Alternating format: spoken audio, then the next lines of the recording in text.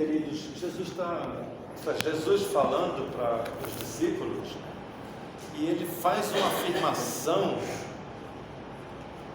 eu vou usar a palavra impressionante, para fugir da palavra que o mundo diz que é inacreditável.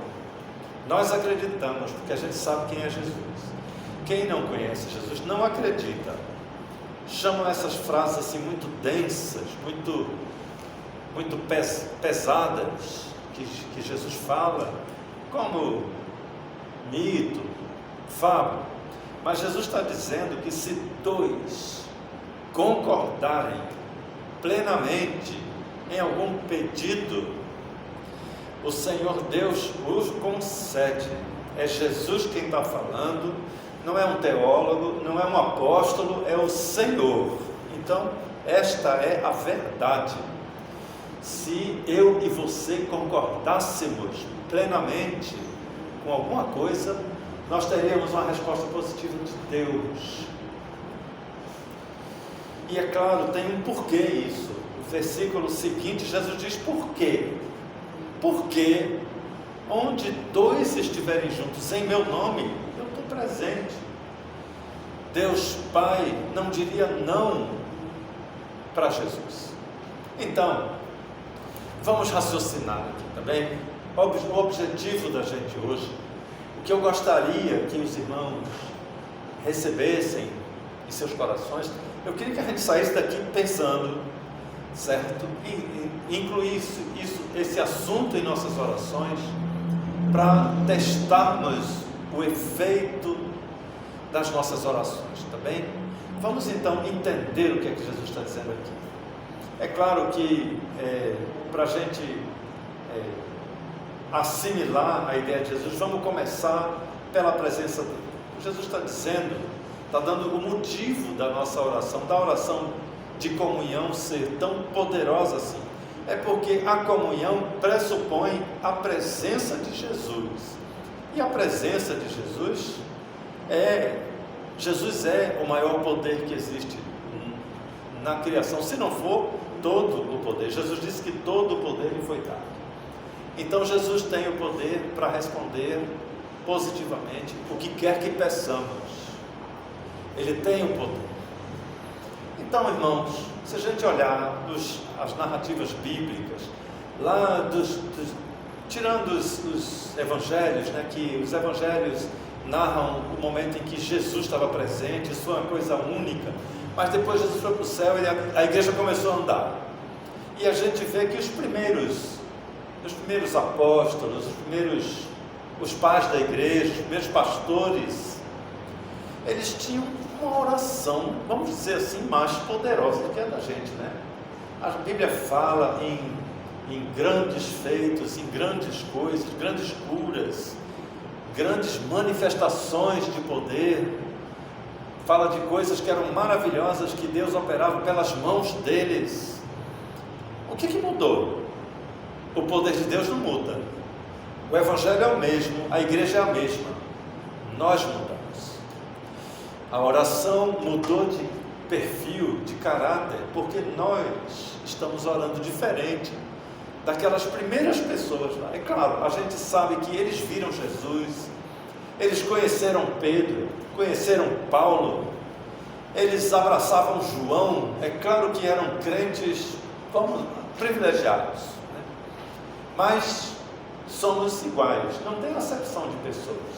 Então o que eles tinham, nós também podemos ter. Então vamos entrar aqui no ensinamento de Jesus. Jesus está dizendo que onde houverem 2 ou 3 reunidos em nome dele, ele está presente. Então a primeira coisa que a gente tem que observar é a nossa comunhão com Jesus. Irmãos, a gente está acostumado a dizer orar em nome de Jesus, né?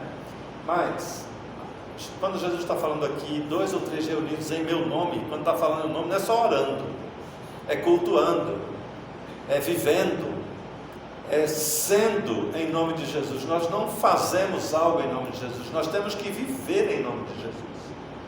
Viver em nome de Jesus, isso é assim, por exemplo, sexta-feira a gente sai de casa para vir para o culto em nome de Jesus. Por quê? Porque se fosse Jesus lá na nossa casa, ele viria. Se fosse Jesus lá na minha casa depois, ele vinha para o culto, ele não ia faltar. Eu venho porque Jesus viria. Eu prego, não é porque eu sou legal, é porque Jesus pregaria. Eu prego em nome dele, por ele, no lugar dele. A gente ora em nome de Jesus, a gente está falando por ele, está falando as palavras que ele falaria. É por isso que existe a oração tola, é a oração que Jesus não faria, né? E não é atendida, Deus nem ouve. Então, tudo que nós fizermos, devemos fazer em nome de Jesus. Então, se dois saem de casa e se reúnem em nome de Jesus, porque Jesus viria, cada um desses dois representa Jesus, significa Jesus presente. Então, é claro que onde esses dois estão unânimes, representando Jesus, Jesus é presente na pessoa deles, na presença deles. Então, o nosso primeiro exercício, né, que eu queria propor, é que nós começássemos a trabalhar essa ideia em nossa cabeça, porque com o tempo a gente perdeu isso. Quando a gente fala em nome de Jesus, a gente só pensa na oração em nome de Jesus. Mas o crente vive em nome de Jesus, vive por Jesus. A nossa vida não existe mais, a gente morreu no batismo e renascemos para Cristo. A minha vida não existe mais. O apóstolo Paulo ensina isso quando ele diz: já não sou eu que vivo, é Cristo que vive em mim, e vocês também, e eu também. O mundo lá fora tem que olhar para a gente, eles não podem ver Jesus senão por nós. O mundo não pode saber quem é Jesus senão por nós, que somos os servos dele, vivemos por causa dele. Então, vamos ressignificar a expressão em nome de Jesus. Não é só orar em nome de Jesus, é viver em nome de Jesus, é vir para o culto em nome de Jesus, vir para o culto domingo porque Jesus viria.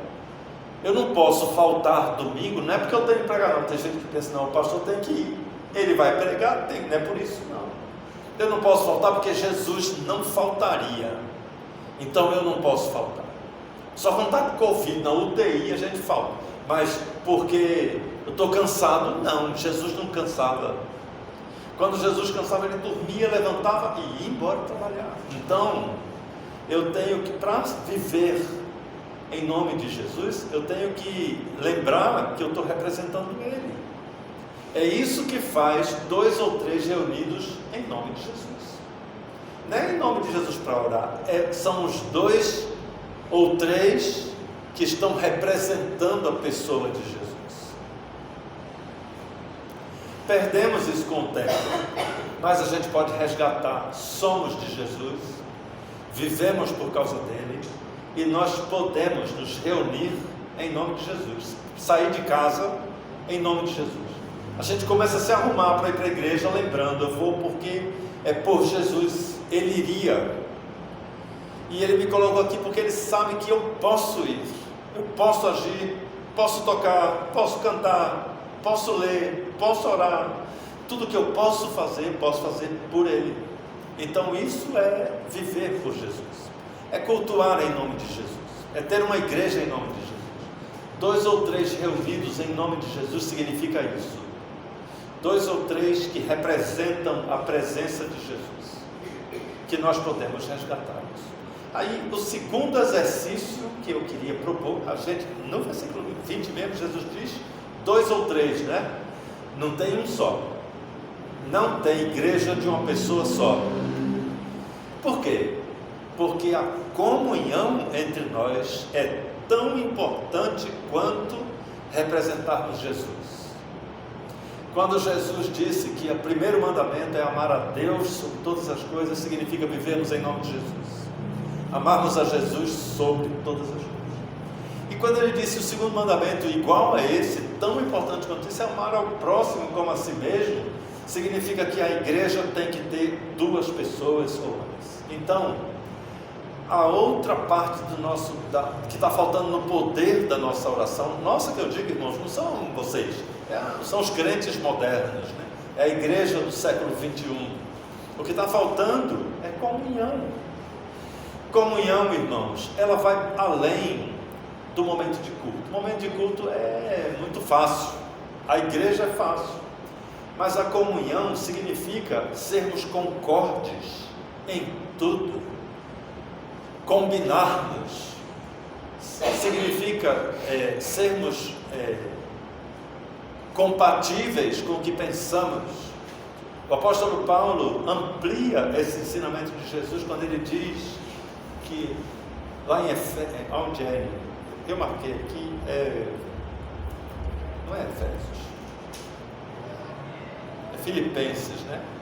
Filipenses, no capítulo 2, versículo 2, é bom decorar, 2, deixa eu ler para os irmãos. O apóstolo Paulo está dizendo: completai a minha alegria, de modo que penseis a mesma coisa, tenhais o mesmo amor, sejais unidos de alma.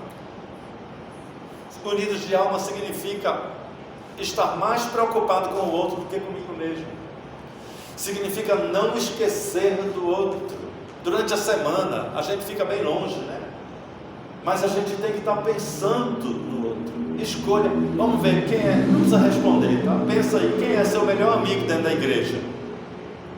Você tem um super amigo dentro da igreja? Devíamos ter. Nossos melhores amigos deviam estar aqui. Os amigos que não saem da cabeça da gente, que a gente está sempre pensando, que a gente vê uma coisa, lembra dele, lembra disso, lembra dos problemas dos outros. Isso é comunhão. Comunhão não é sentar ao lado no banco da igreja. Isso, com todo respeito, qualquer religião faz, qualquer católico faz, qualquer espírita faz. Aliás, o espírita vai além, ele tem a obrigação de beneficiar os outros, lá tem uma crença lá. Mas é fácil sentar ao lado, difícil é a gente estar sofrendo com o sofrimento do outro, é estar alegre com a alegria do outro, alegre com o sucesso do outro, alegre porque o outro se deu bem, o irmão teve uma grande vitória, e a gente fica exultante, vai orar feliz da vida, Senhor, obrigado, não consegue esquecer estamos assim, precisamos estar assim. Então, o segundo exercício que eu quero propor é o estímulo à nossa amizade. Meus queridos, não existe comunhão sem amizade. A comunhão sem amizade é falsa, não é verdade. Não é possível ter comunhão sem amizade. Então, não sermos amigos faz com que não sejamos concordes. Não combinamos em parte. Aí a gente tem aquelas frases, né? Não concordo, discordo, mais ou menos, concordo mais ou menos, não aceito. Frases que não deviam existir no meio de quem se ama. Como seria Jesus aqui? Como seria Jesus amigo da gente? Como seria uma amizade? A gente canta o hino, né? 151, eu acho que diz: Jesus é meu amigo. Ele é nosso amigo. Ele participa da nossa vida. E a nossa amizade deve imitar a amizade de Jesus. Deve imitar o que Jesus pensava. Nesse mesmo capítulo 2, versículo 5, o apóstolo Paulo diz: tende em vós o mesmo sentimento que houve também em Cristo Jesus. Jesus veio aqui por causa do amor que sentia por nós, e a gente não consegue se amar. É por isso que as nossas orações mudaram tanto, lá da igreja primitiva até hoje. Mas a gente pode mudar isso, irmãos. Não vou dizer que a gente vai mudar o país. A gente não precisa mudar o mundo, não. A gente precisa mudar a nossa igreja. A gente pode mudar o tipo de crente que a gente é. Isso a gente pode. Então, vamos cultivar a nossa amizade. O amor ao próximo. A quem será que a gente ama igual a gente mesmo? Rapaz, eu acho que ninguém. Eu seria leviano se eu estivesse dizendo: eu amo. Não. não amam. E precisam amar. Por quê? Porque é um mandamento de Jesus. Então nós temos 2 exercícios. Quem sabe essa semana, quem sabe na próxima sexta a gente já esteja aqui diferente. Se a gente incluir no nosso pensamento o que significa ressignificar a expressão em nome de Jesus. E também valorizar os nossos irmãos mais do que nós próprios. Uma coisa boa, faça assim, escolha 1, 2, escolha 3 irmãos, para cultivar a amizade desses 3 irmãos. E depois da amizade, atrás da amizade, escondida nessa amizade, está a verdadeira comunhão. A comunhão que Jesus quer. A comunhão que vai fazer com que a gente se junte aqui para orar e de modo nenhum não sermos atendidos. Porque estamos obedecendo o que Jesus disse. É Jesus quem disse. Onde houver 2 ou 3 em meu nome, Ele está presente. E em verdade também vos digo que se 2 ou 3 sobre a terra concordarem a respeito de qualquer coisa que porventura pedirem, ser-lhe-á concedida por meu Pai. Por quê? Ele está presente. Então que Deus abençoe a sua palavra aos nossos corações, nos encoraje a exercitarmos nossos corações, nossas mentes, numa nova realidade em nome de Jesus e comunhão entre nós. Amém?